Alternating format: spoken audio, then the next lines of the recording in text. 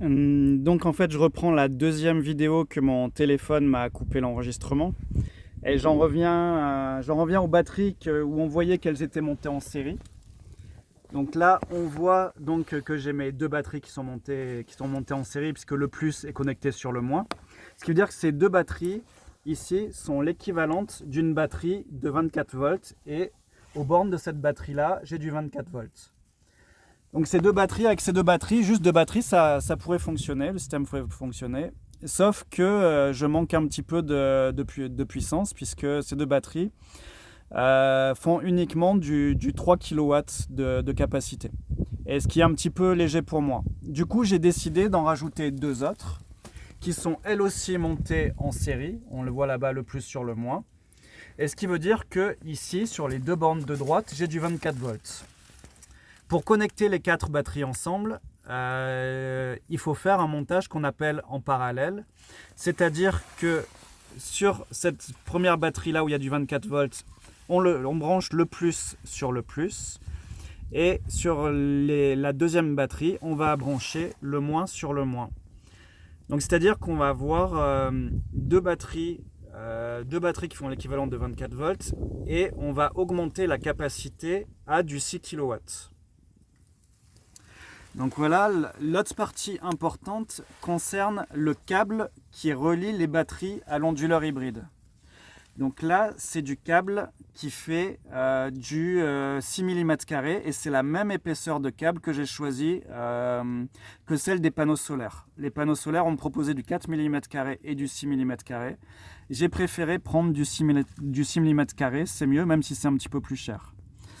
Malheureusement, ici pour les batteries, il s'avère que le 6 mm, c'est très light, c'est très léger pour recharger une Zoé. Parce que j'ai déjà fait le test d'un rechargement sans soleil. Et donc sans soleil, ce sont les batteries qui vont fournir l'intégralité des 1,2 kW nécessaires à la Zoé. Et c'est-à-dire que les batteries vont fournir du 60 ampères en intensité de courant. Et ce que je me suis rendu compte, c'est qu'avec du 60 ampères en intensité de courant, tout simplement, ces deux câbles, ils chauffent.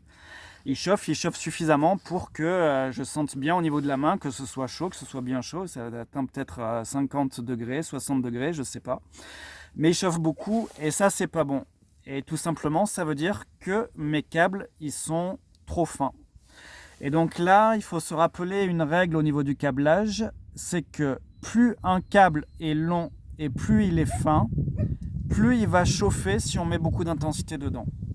Et on va avoir une perte d'énergie sous forme de chaleur. Les batteries vont être obligées de plus forcer pour pousser tout le courant dedans. Et c'est pas bon non plus pour les batteries. Donc là, il va falloir que je reprenne l'installation et que je mette des câbles plus épais.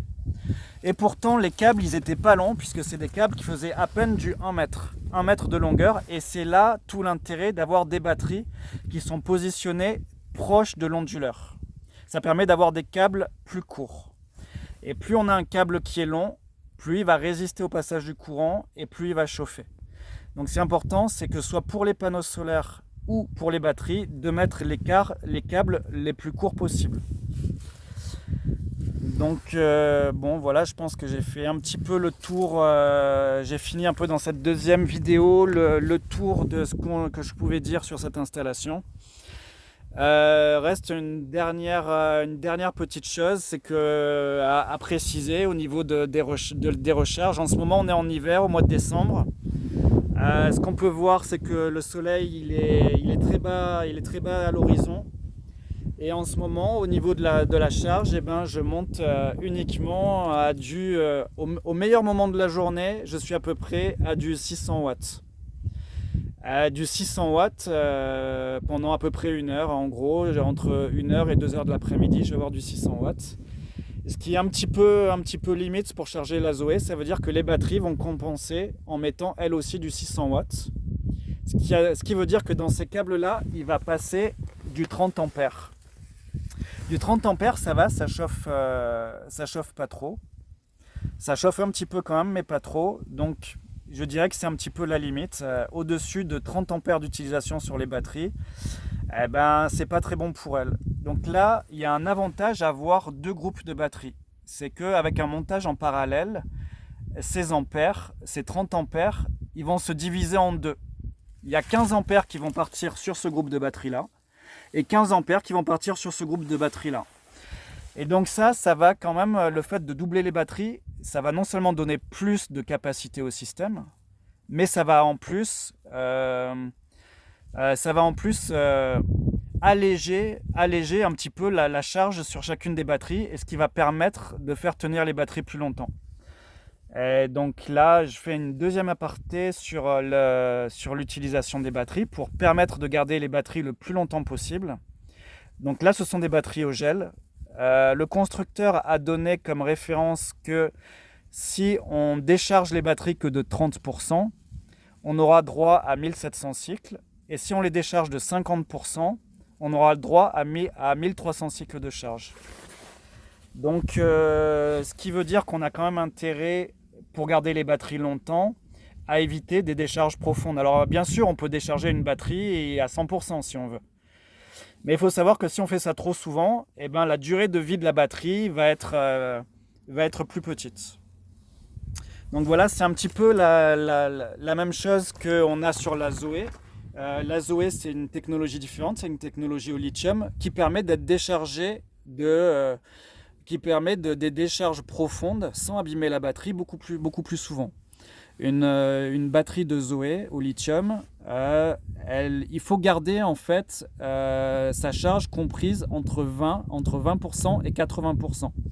Si on charge trop souvent la batterie à 100%, on va la dégrader aussi, on va l'abîmer, comme si on la décharge trop souvent. Mais il y a une règle à savoir, c'est qu'on peut la charger à 100% si on veut, mais à condition de l'utiliser juste après.